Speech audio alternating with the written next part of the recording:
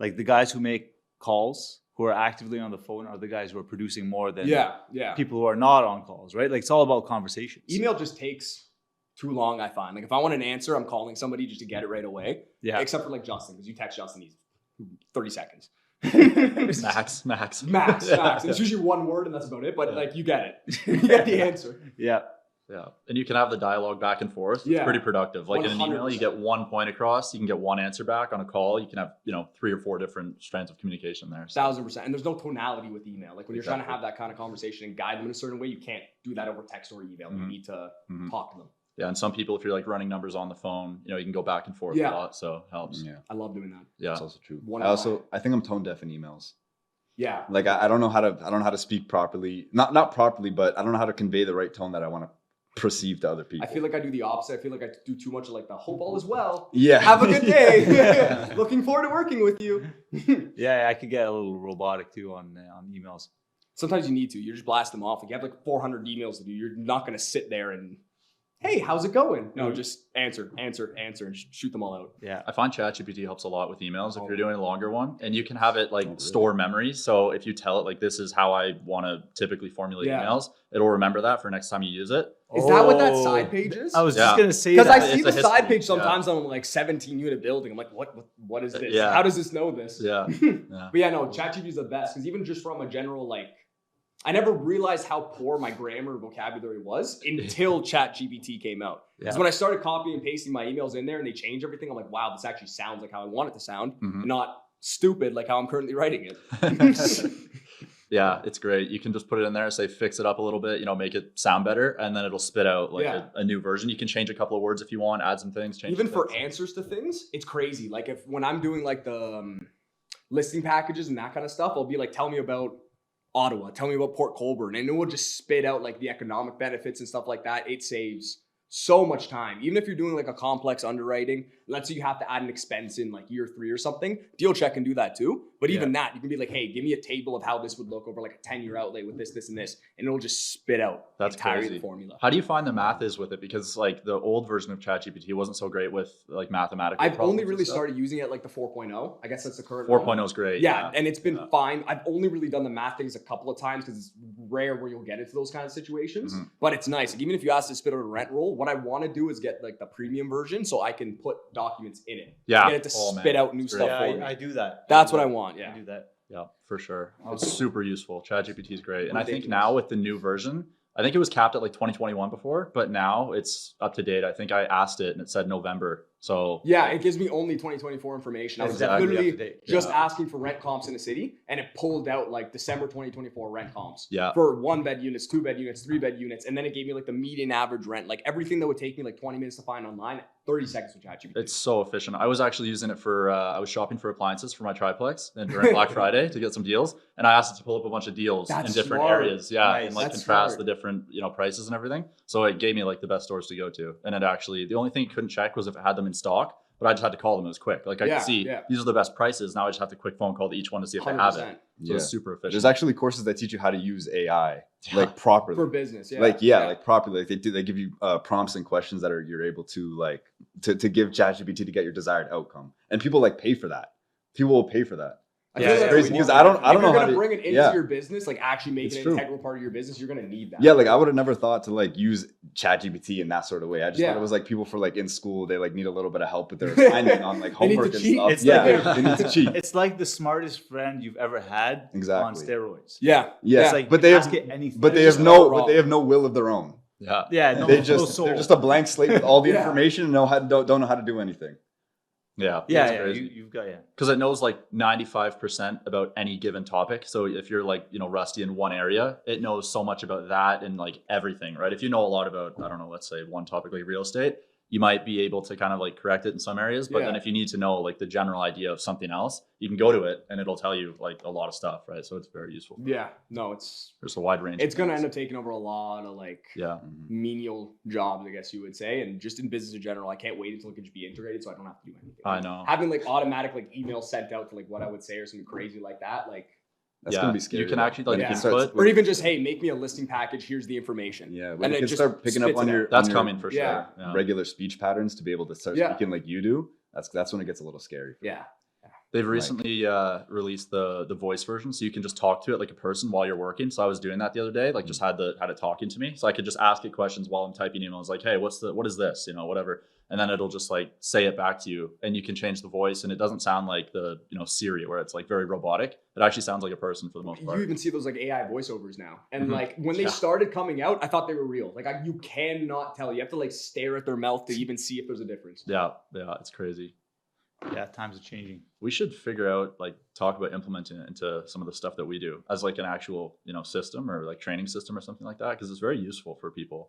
If people 100%. Aren't using it, like just a quick introduction to it, hey, you can use it to help you with emails, maybe listing presentations, whatever, and then just quick rundown, super brief, but can provide a lot of value for something that's pretty 100%. It is. I literally don't do an email pretty much. That's lengthy. At least if it's something quick, then I'll spit it out. But anything that's lengthy, especially when I'm sending out a property and I want to like go over like, hey, here's the background information, here's some more information about like the financials and stuff. Every single time, copy paste, ChatGPT spits it out, makes it look way better than what I did, and call it a day. Yeah, we got to get on that for sure. There's a lot we need to learn. So what would you say? What would you say is like some tools that help you compete and excel in commercial real estate? DealCheck has probably been the best one, just from a pure underwriting perspective, because it's so easy to do. Like, it's so user friendly. It is the best in terms of actually being able to like underwrite a BRRRR. Like, I've never had another platform where you can actually underwrite a BRRRR on, just DealCheck solely. And then it looks really good. Like, you can actually spit out those packages and send them to clients, and it doesn't look like just an Excel sheet. Like, it actually takes you through A, B, C, D, E, F, and G. That I think has been number one for me. Even the projections in the future, like how it says like 5-year projection, 10-year, it's great. And you just put in the numbers like 3% appreciation, the 2.5% rent increases. Like, then you can just make a CMHC template. Like, you just make a template for CMHC, you make a template for this, and you don't even have to do anything. We'll have all those like expenses already in there. You're just adding property taxes, insurance, your utilities, lawn and snow, that kind of stuff, and it's done. Yeah, definitely. Yeah, understanding the numbers. Yeah, that's what separates. Let's call it a residential agent trying to sell a commercial building is just knowledge on the financing products. 100%. For example, once you know mortgages, like, you know pretty much the majority of what you need to know when it comes to commercial real estate on a purchase basis. Like, if you know how to take advantage of CMHC, if you know how to take advantage of like the MLI Select program, that already is going to put you steps ahead of the majority of other commercial agents. Now I feel like a lot of commercial agents are starting to get more into like the MLI side of things. Man, I know commercial agents who have sold $100 million buildings that don't know shit about the back end. No, you're completely right. I'm telling you. I didn't want to say it, but you're completely right. They have no idea how the back end works. They don't know CMHC.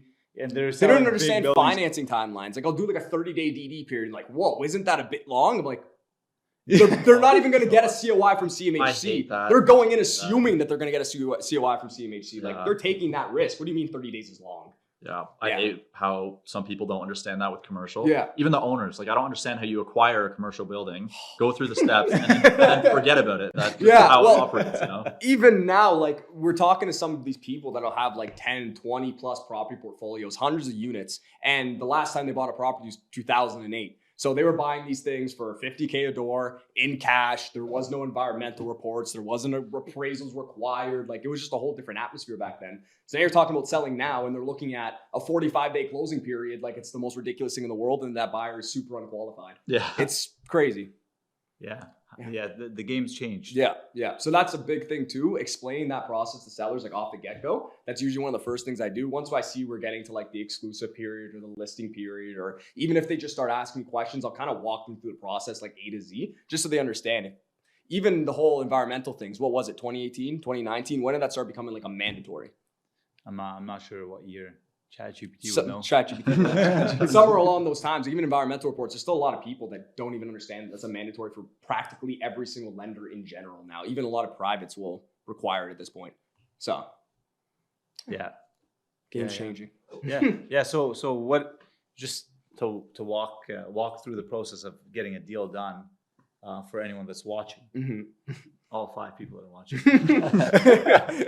No, how? Like, what's involved? Like, what do people need to do to get a deal done? What kind of hoops do they need to jump through in order to get a deal financed and get it from A to Z? Yeah, I think very, very, very deal different if you're going with like a CMHC approach off the bat. that one's going to take you the longest. So having that comfortability with CMHC off the get-go, like maybe making your first deal with CMHC as a refinance instead of as an acquisition probably would be a little more comfortable. But for every deal, inspection's always good to get, of course, or BCA depending on the building size. Building condition report. Exactly. An appraisal, of course, depending on the deal. If it's a BRRRR, you might want to get an as-is and an as-complete. The as-complete would be super useful just for you now to even get that financing, especially if it's something like, for example, I sold a Bacon 8 unit this year. As-is on the purchase, I think was around 1.5. As-complete was around 2.5. And that 2.5 as-complete is what got them those rental funds. Because we had such a gap from our purchase price of the 1.3 to the 2.5 that they were like, sure, take the $500K, have fun. It's a knock out of the park type of deal.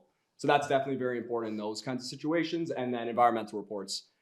Depends on the deal size, of course, that you're getting. If it's a 4 unit or below, you're not going to need it. But in the commercial standpoint, even if it's just a 5 unit, you eventually are going to want to probably exit on CMHC. It's good to know that there's no contamination or contamination potential, or even the potential to have to do a phase 2. The phase 2 is a lot more expensive than the phase 1.